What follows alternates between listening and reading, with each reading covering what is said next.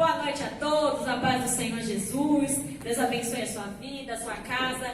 Estamos aqui para mais uma live em adoração ao Senhor Jesus. Desde já eu quero agradecer você, a sua família, que você possa ser abençoado através das nossas vidas. Amém? Vamos orar? Senhor, meu Deus e meu Pai, muito obrigado, Senhor Jesus, por este momento, por essa oportunidade, Senhor, de estarmos reunidos em um só propósito de louvor e adoração a Ti. Que o Senhor possa alcançar, Pai, a cada vida, Senhor, que está em sua casa, que está, Senhor, com a sua família, que o Senhor venha abençoar, que o Senhor venha prosperar, e que eles possam ser tremendamente, Papai, abençoados. Fica conosco, Senhor, conduz este momento,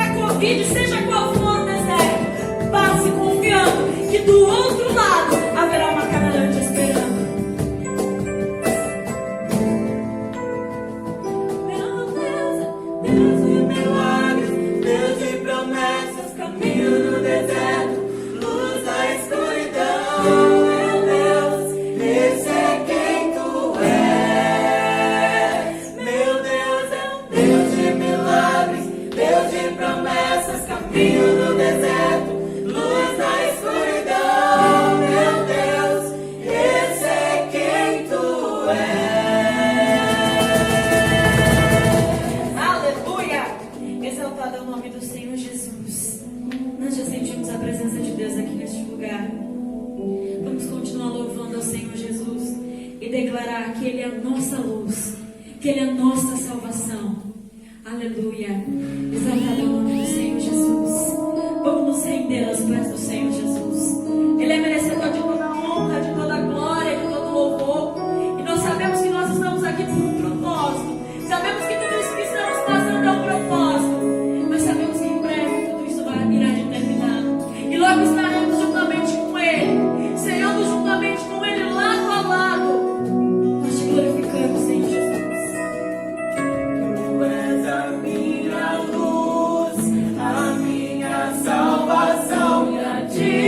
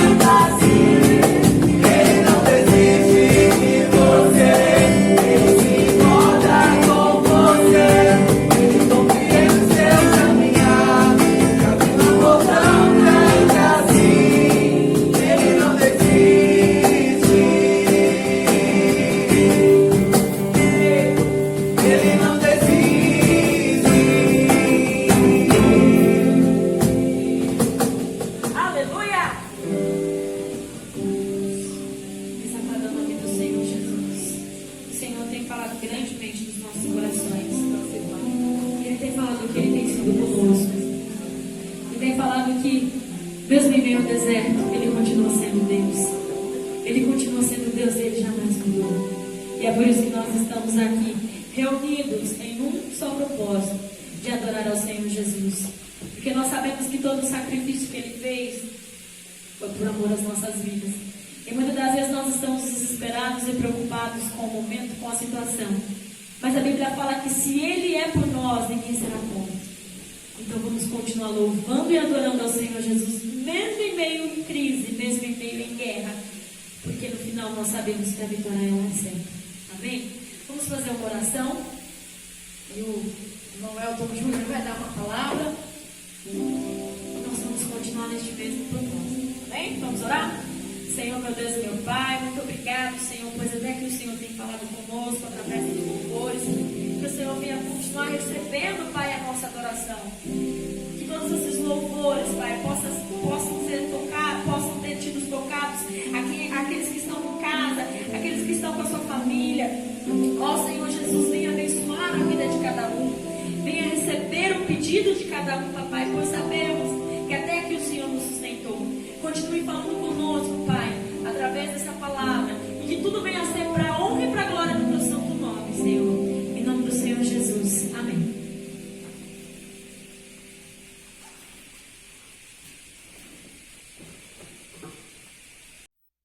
Também cumprimento a todos os amados irmãos com a paz do Senhor.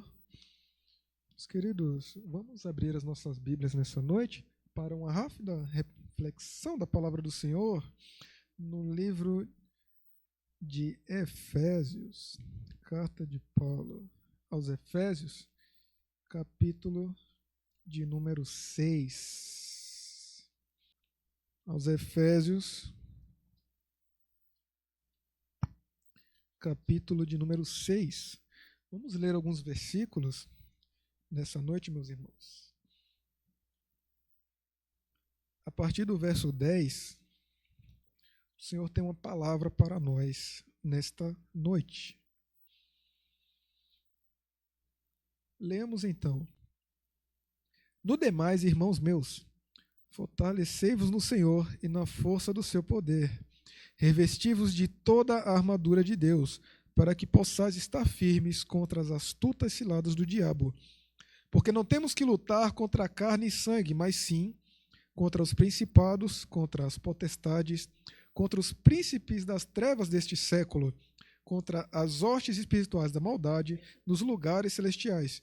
Portanto, tomai toda a armadura de Deus, para que possais resistir no dia mau, e havendo feito tudo, ficar firmes. Até aqui, meus irmãos, o Senhor nosso Deus, usando a vida de Paulo, ele vai falar conosco acerca das dificuldades que nós vivemos nos nossos dias, e ele vai nos instruir a como resistirmos a ela, né? E rapidamente, nesses versículos que nós lemos aqui, nós vemos que no verso 10, ele diz: irmãos meus, fortalecei-vos no Senhor e na força do seu poder. E por que ele nos diz fortalecei-vos no Senhor e na força do seu poder? Porque ele não nos diz fortalecei-vos na academia e na força da feijoada. Porque tudo aquilo que nós temos humano e carnal em nossas vidas, com o tempo ela desfalece. Tudo que nós temos de esperança em pessoas, muitas vezes nos decepciona. Todas as vezes que nós buscamos nos fortalecer em igrejas, em ministérios, em pastores, em pessoas de modo geral, nós podemos nos decepcionar, nós podemos nos enfraquecer, porque nós estamos confiando em algo que também pode se enfraquecer. Porém, quando nós colocamos a nossa força no Senhor e no seu poder, nós nunca, jamais, nunca iremos fraquejar, porque nós estamos firmes num Deus que jamais irá desfalecer, num Deus que a todo momento ele está jorrando água viva para matar a nossa sede e para saciar a nossa fome. E no verso seguinte ele diz: vestivos de toda a armadura de Deus, para que possais estar firmes contra as astutas ciladas do diabo. E nós vemos que a armadura de Deus, ela também é algo que vem para nós, não através de outra pessoa, mas através do encontro nosso com Deus. Há muitas pessoas que louvam, muitas pessoas que vêm à igreja, mas que não conhecem esse Deus a qual elas estão falando. Muitos de nós cantamos, falamos até mesmo para outras pessoas desse Deus, mas não estamos revestidos da armadura de Deus. E vemos isso na nossa situação que estamos vivendo hoje. Quantas pessoas que já fugiram, que já correram, que já se desesperaram, sem saber o que fazer, porque não tem essa armadura.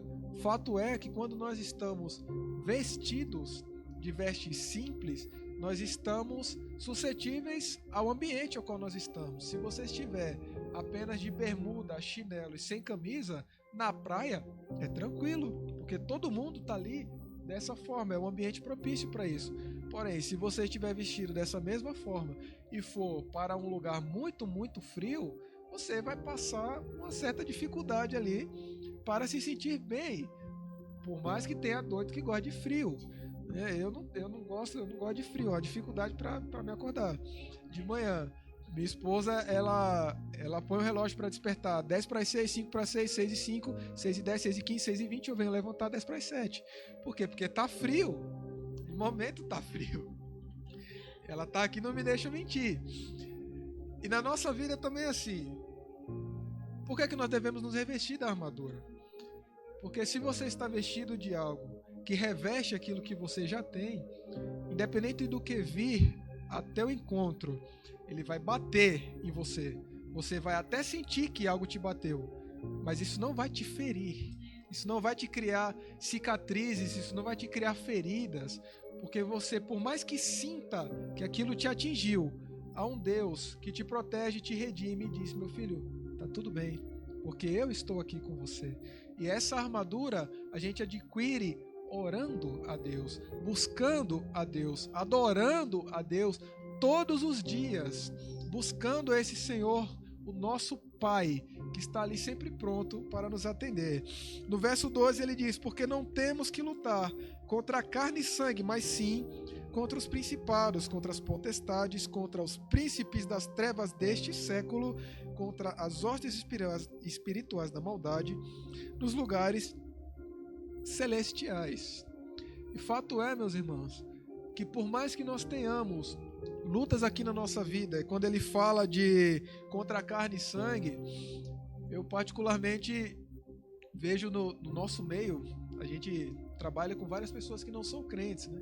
E muitas pessoas, às vezes, elas chegam para nós e perguntam por que dentro da igreja acontecem algumas coisas que também acontecem fora da igreja. Algumas pessoas a gente vê que têm suas desavenças, brigam, ficam sem se falar e todas aquelas situações tristes, né, no nosso meio. E ele perguntou para mim, por que isso acontece, né, dentro da igreja também? Eu entendo que fora da igreja é uma coisa que as pessoas não têm Deus, mas por que dentro da igreja isso acontece? Eu falei: olha, você já respondeu essa pergunta. Você disse que é porque fora da igreja as pessoas estão sem Deus. Dentro da igreja é pelo mesmo motivo. Não é que as pessoas estão sem Deus na vida delas, não é que elas não estão adorando Deus, porém elas estão deixando as lutas de carne e sangue a entrarem à frente daquilo que é mais importante, daquilo que é o nosso alvo, que é chegar ao céu. As pessoas muitas vezes se perdem em tantos momentos de discussões sobre coisas que não agregam a nada. Esquecem por coisas bobas, de que o tempo que nós temos é pouco, porque nós não sabemos até quando nós estaremos por aqui. Então, ao invés de nós gastarmos esse tempo nosso lutando contra a carne e contra o sangue, como o nosso apóstolo Paulo fala aqui, fala: toma a armadura de Deus. Ao invés de você perder tempo na sua vida discutindo sobre coisas que nem levam para o céu, nem levam para o inferno, apenas levam você para distante das pessoas que você deveria estar junto. Apenas isso. Muitas discussões, quantas vezes a gente se reúne até mesmo em família, entre amigos, e sai ali um assunto um tanto polêmico, E chegou todo mundo bem, se cumprimentando, e sai todo mundo um sem falar com o outro. Coisa que não aconteceria se todo mundo tivesse se reunido ali e falado: rapaz, Deus é tão bom, não é? Rapaz, eu tenho uma bênção para contar, você não sabe o que aconteceu. Rapaz, você sabia que mesmo nessa crise, eu falando de mim, sabia que mesmo nessa crise, a empresa que eu estava trabalhando parou o serviço. O dono da empresa chegou para mim e falou: Elton, a gente teve uma redução enorme aqui de serviço e você, infelizmente, vai ter que ser mandado embora. Falei: meu Deus do céu, e agora o que é que acontece? E no EFAP, na última live, eu falei que uma empresa me mandou embora. E, por coincidência, essa mesma empresa que me mandou embora me chamou de novo. Numa situação a qual a empresa que eu estava trabalhando me dispensou. Foi assim, num dia eu estava lá, no outro dia eu já estava em outra empresa registrado. O Senhor, Ele supre as nossas necessidades. Quando nós cremos nele, nós confiamos nele. Então, que venhamos contar bênçãos e não maldições, meus irmãos. Venhamos ter comunhão e gastarmos o nosso tempo naquilo que edifica, né? Ele fala: portanto, tomai toda a armadura de Deus para que possais resistir no dia mau e, havendo feito tudo, ficar firmes. E por que ele encerra esses aconselhamentos aqui no verso 13 dizendo: havendo feito tudo, ficar firmes? Essa frase, ficar firmes, é um ponto muito interessante, porque ele fala: e havendo feito tudo. E o que nos faz pensar: mas se eu tiver feito tudo isso daqui, se eu tiver feito tudo isso daqui que ele aconselha, já não vai estar tudo bem? Se eu tiver feito tudo isso daqui, eu já não vou estar no momento ali maravilhoso, já vou estar com as armaduras, já não vai estar tudo bem? Porque essa ênfase no ficar firmes. Porque muitas vezes, meus irmãos, nós nos revestimos de armadura quando estamos em guerra. Mas quando a guerra passa, a gente esquece. Muitas vezes a gente passa por situações na nossa vida, como estamos passando agora na nossa vida, em que muitas pessoas correm para os pés do Senhor buscando socorro, dizendo: Senhor, sara minhas feridas, Senhor, abre porta de emprego, Senhor, manda embora essa pandemia, meu Deus, faz, acontece, Pai, reage, ouça as nossas orações. O Brasil inteiro está clamando, o mundo inteiro está clamando. Por que isso está acontecendo? A gente busca revestir e vestir-nos dessa armadura que está aqui, nesses momentos. E por que ele fala ficar firme? Porque não é só nesses momentos que nós devemos buscar a Deus. Nós devemos buscar a Deus constantemente, todos os dias. Eu tenho costume comigo, todas as vezes que eu estou fazendo um serviço só, eu estou trabalhando e o pensamento está ligado no céu. É tanto que às vezes eu me empolgo. Tem alguns serviços que a gente faz lá que é contínuo. Eu trabalho com eletrônica, às vezes a gente está enrolando bobina lá, e eu começo a enrolar e pensar e falar: meu Deus, que coisa, caramba, como eu nunca tinha prestado atenção nisso. A gente às vezes lê um texto da Bíblia e lê por ler, lê junto com a igreja e não presta atenção em tantos detalhes. Quando você para prestar atenção em detalhes, você fica: caramba, que coisa, eu nunca tinha pensado nisso. E eu pensando nisso e a bobina lá enrolando, e era 400 voltas, a hora que eu olhei já estava 600 e pouco. Meu Deus, misericórdia, Senhor. E foi embora, e eu trabalhando ali, e o pessoal olhando para mim, o negócio já estava gigante assim, e misericórdia, e a gente trabalhando, e o pensamento ligado no céu, e vai embora, e o dia passa, e termina o dia, você está em paz. Termina o dia, você fala: Deus, obrigado, porque mesmo sem merecer, a gente estava ali trabalhando, mas o pensamento ligado no céu, o Senhor fala conosco assim. O Senhor fala conosco quantas vezes? Inclusive, aquilo que eu falei na nossa última live lá em Salto, eu pensei nisso enquanto eu estava enrolando uma bobina. Estava ali fazendo, enrolando o transformador, e eu pensando: caramba, Jesus foi pregado na cruz, aí ele passou a vida inteira batendo prego na madeira. Que coisa, o cara que já sabia do futuro, quantas vezes será que ele bateu um prego na madeira e se viu lá na frente sendo pregado? E nem por isso ele desistiu.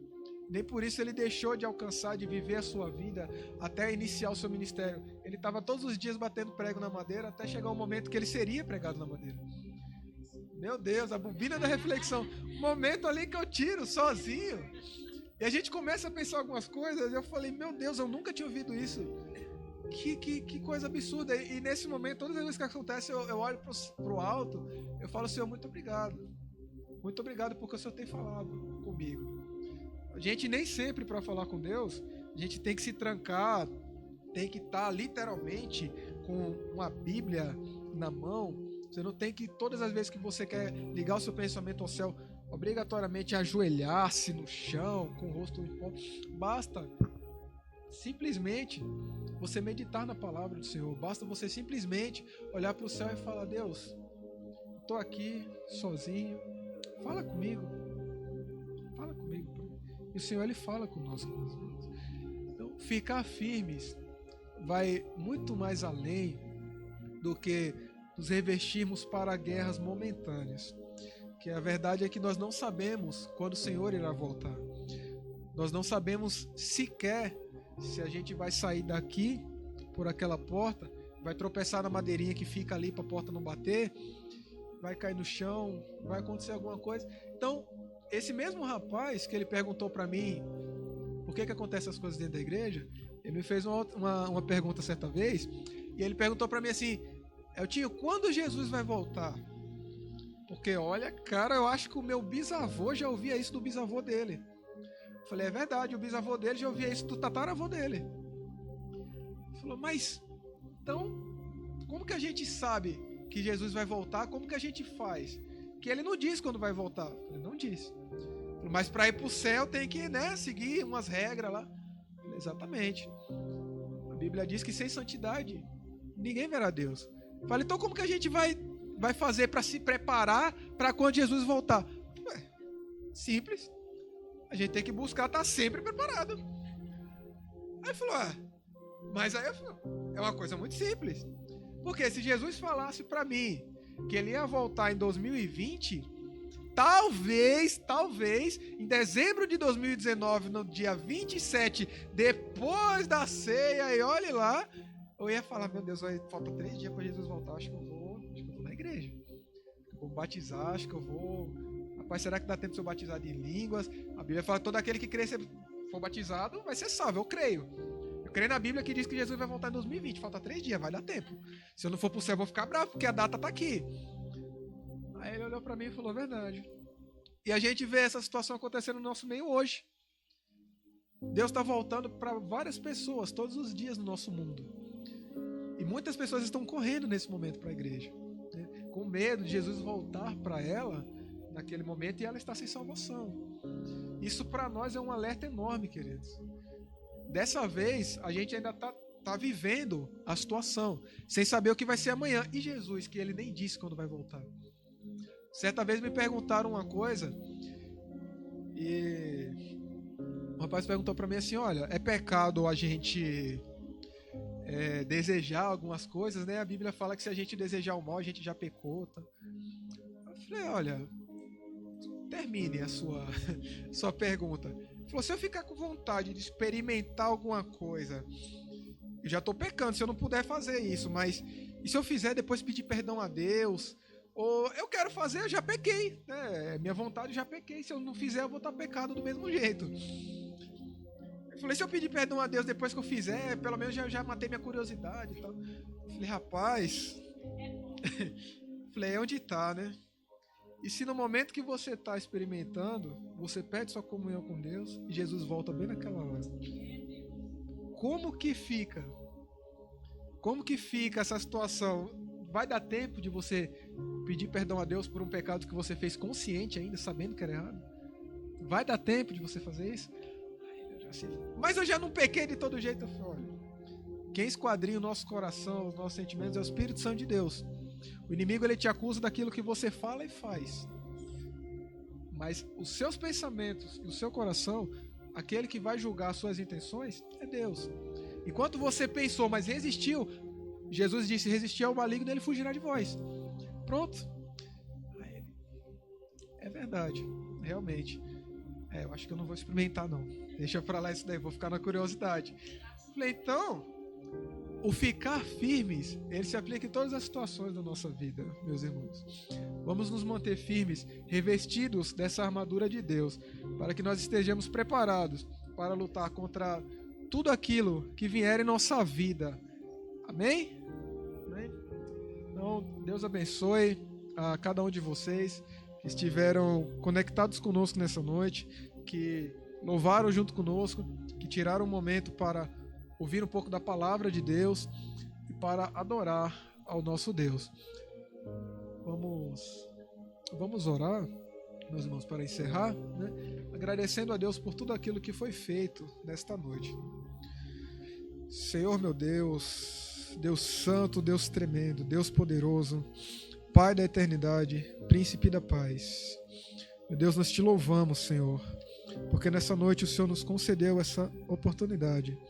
Estamos aqui dizendo que Tu és santo, que Tu és um Deus poderoso, que Tu és o Deus que nos reveste quando pedimos a Ti, Pai. E que o Senhor não nos deixa cair se nós estivermos firmes na Tua palavra, Senhor. Pai, nos ensina todos os dias a guardá-la em nosso coração para que não venhamos pecar contra Ti e que venhamos todos os dias estar preparados para que tudo aquilo que venha nos atingir, nós vamos sentir, mas vamos saber que maior é o Deus que está conosco. Pai, nós Te louvamos, nós Te agradecemos e Te pedimos, Senhor, visite cada lar de cada pessoa que esteve conectada conosco nessa noite, que ouviu a Tua palavra, Pai. Meu Deus, entra com providência. Nós não sabemos, mas o Senhor sabe a necessidade de cada um, Senhor. Vai trabalhando, operando milagres, abrindo portas, repreendendo enfermidades. Meu Deus, faça aquilo que for da Sua vontade, Pai. Nós Te pedimos, nós Te louvamos, em nome de Jesus. Amém.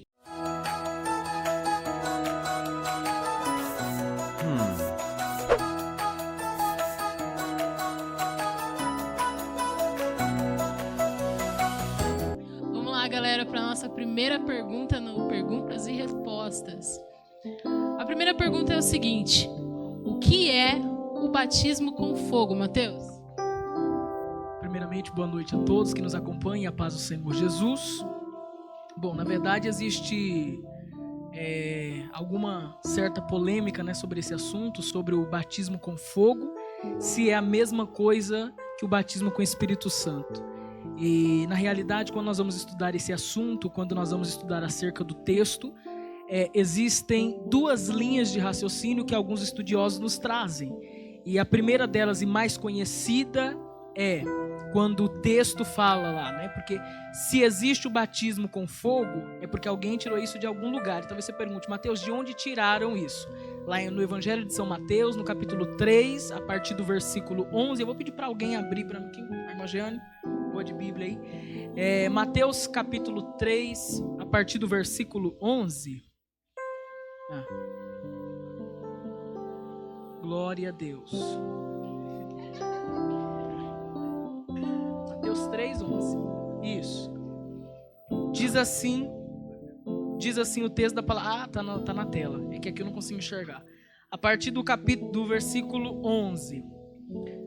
Diz assim: E eu, em verdade, vos batizo com água para o arrependimento. Isso quem está falando é João. Mas aquele que vem após mim é mais poderoso do que eu. Não sou digno de lavar ou de levar as suas sandálias. Ele vos batizará com o Espírito Santo e com fogo. Então é daqui que surge o termo batismo com fogo. A primeira linha de raciocínio, ela é muito clara, né? Todos nós conhecemos o termo que você tem que ser batizado com o Espírito Santo e com fogo. Nós entendemos esse termo como que você tem que ser um crente cheio do Espírito Santo, um crente cheio do fervor, um crente cheio de Deus, porque uma das representações para fogo na Bíblia Sagrada é a presença de Deus. Prova disso é quando o povo de Israel, que ainda não era povo formado, ainda não era nação, sai do Egito, eles estão no deserto, uma coluna de fogo os acompanhava. Aquilo ali era sinal da presença de Deus. Quando Moisés foi ver ali a sarça ardente, o que chamou a atenção de Moisés foi que a sarça estava pegando fogo, mas não se consumia, que ali também representa a presença de Deus. Então, quando nós vamos pegando em muitas outras passagens da Bíblia que demonstram a presença de Deus, mas existe ainda uma segunda linha de raciocínio raciocínio. Entenda bem, não estou afirmando aqui nenhuma linha de raciocínio, eu apenas estou te dando aqui as linhas de raciocínios que existem. A segunda linha de raciocínio que existe é que esse batismo com fogo não seria a presença de Deus. E talvez você pergunte, Mateus, o porquê que dizem isso? Por causa do contexto, né? Não apenas o texto, mas quando a gente lê o contexto, a partir do versículo 10 diz assim, ó: e também agora está posto o machado à raiz das árvores, toda árvore, pois, que não produz bom fruto, e é cortada e lançada no fogo. Aí no versículo 12, que é o antes, agora o depois: em sua mão tem a pá, e limpará a sua eira, e recolherá no celeiro o seu trigo, e queimará a palha com fogo que nunca se apagará. Então, a segunda linha de raciocínio para este fogo aqui, o batismo com fogo, é que este fogo aqui não é um fogo de poder, não é um fogo de revestimento, não é um fogo de presença de Deus. A segunda linha de raciocínio. A segunda linha de raciocínio é que esse fogo aqui é o fogo do juízo, é o fogo do castigo, é o fogo da condenação. Porque quando a gente pega o versículo que vem antes e o versículo que vem depois, está falando sobre o juízo de Deus para com os ímpios. Então, por esta causa que existe essa segunda linha de raciocínio. E aí você pergunte para o seu pastor qual mais que vocês aí creem. Maravilha, vamos para a próxima pergunta, que é a seguinte: os mortos, aqueles que morrerem com Cristo, eles vão dormir ou eles vão para o seio de Abraão? Aí ficou meio confuso, aí ficou tipo duas perguntas, né? Mas eu entendi, vamos responder ali o contexto. Se eles vão dormir, eu também acreditava que os mortos, né, as pessoas que morrem, elas depois vão dormir por causa do texto de apóstolo Paulo, né? Os que dormiram no Senhor ressuscitarão primeiro. E aí também eu vou te apresentar duas linhas de raciocínio e não vou bater o martelo. Por quê? Porque são coisas que não dá pra gente bater o martelo realmente. Eu acredito que são mais linhas de raciocínio. Mas a primeira linha de raciocínio é esta, que eles pegam um texto do apóstolo Paulo, onde diz que os mortos ressuscitarão primeiro, né? Os que dormem no Senhor ressuscitarão primeiro. Eles pegam esse texto para poder dizer que aqueles que morrem em Cristo estão dormindo, estão descansando. Mas existe ainda uma segunda linha de raciocínio, Renali. E a segunda linha de raciocínio é aquela que não existe a inconsciência da alma. E isso está lá no livro de Hebreus, o capítulo e o versículo, eu não vou lembrar agora, que diz assim que após a morte segue-se o juízo. Então, juízo remete ao quê? A consciência. E não tem como estar dormindo e ter consciência daquilo que aconteceu, né?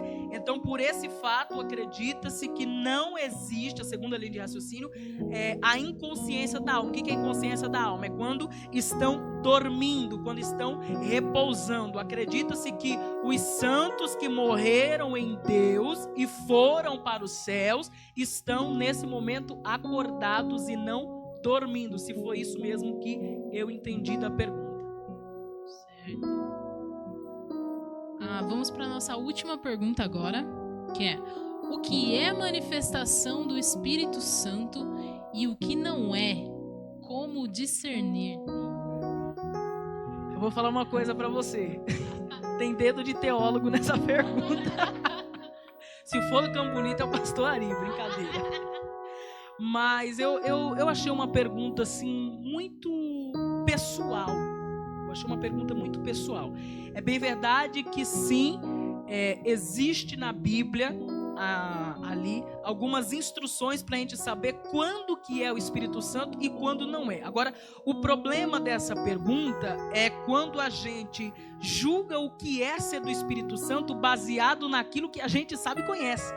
E isso, Renal, é um grande perigo, porque a gente pode estar limitando o Espírito Santo à nossa crença, à nossa cultura, ao nosso pensamento. Então, muitas vezes, quando a gente vê algumas manifestações do Espírito Santo, porque, se bem entendi, ela está querendo falar sobre manifestação do Espírito Santo, poder, né? Isso mesmo. Então, existem algumas manifestações do Espírito Santo que eu posso olhar e julgar mal como sendo carne. E na verdade esse é o próprio Deus. Por quê? Porque eu muitas vezes posso limitar o Espírito Santo àquilo que eu aprendi, ou àquilo que eu penso, ou àquilo que eu deduzo. E na realidade Deus vai muito além. Eu costumo falar que aquilo que a gente conhece de Deus é menor do que a gota de uma água no meio de um oceano. A gente não conhece nada de Deus. Por isso que o texto diz na Bíblia Sagrada que conheçamos e prossigamos em conhecer ao Senhor, porque Deus nunca se conhece na sua totalidade. Agora, gente, imagine isso daqui, para você poder entender o que eu quero dizer.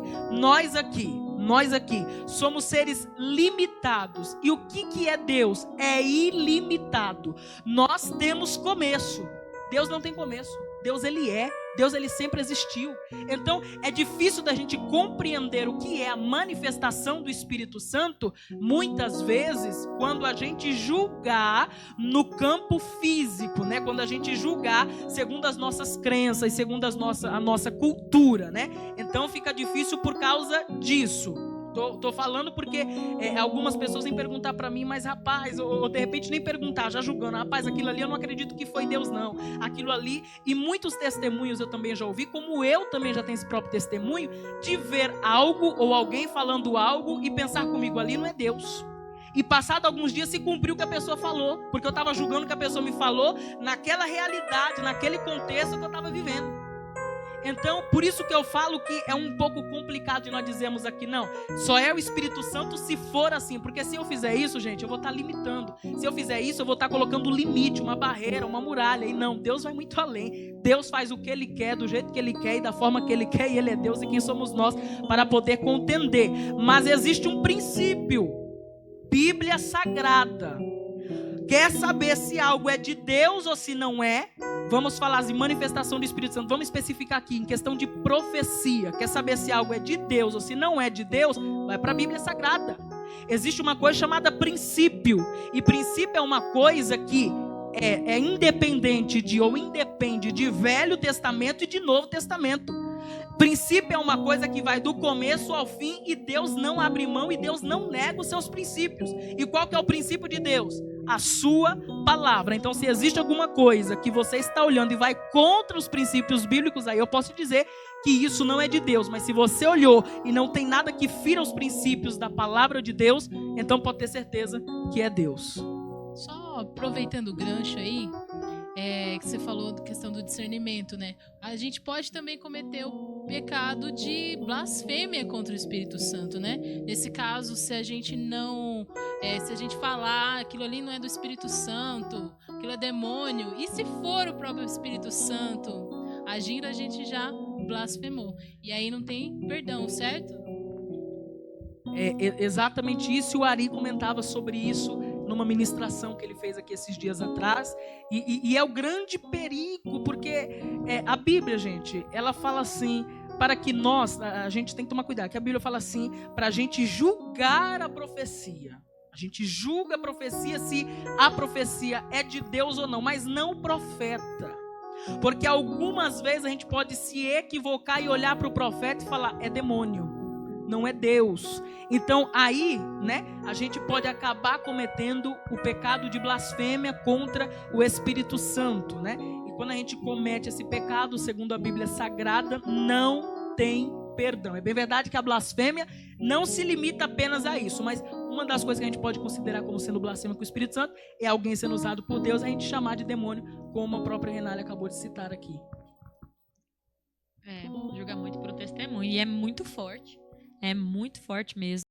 Se você tiver alguma pergunta, se você tiver alguma dúvida, manda pra gente que na próxima live a gente vai responder, vai correr atrás, o que a gente não souber aí a gente vai procurar, né? Tudo provavelmente a gente não vai saber porque é difícil, mas graças a Deus por este momento que nós tivemos, pelas perguntas, pelos louvores, pela palavra, que Deus abençoe você, sua família, e eu tenho certeza que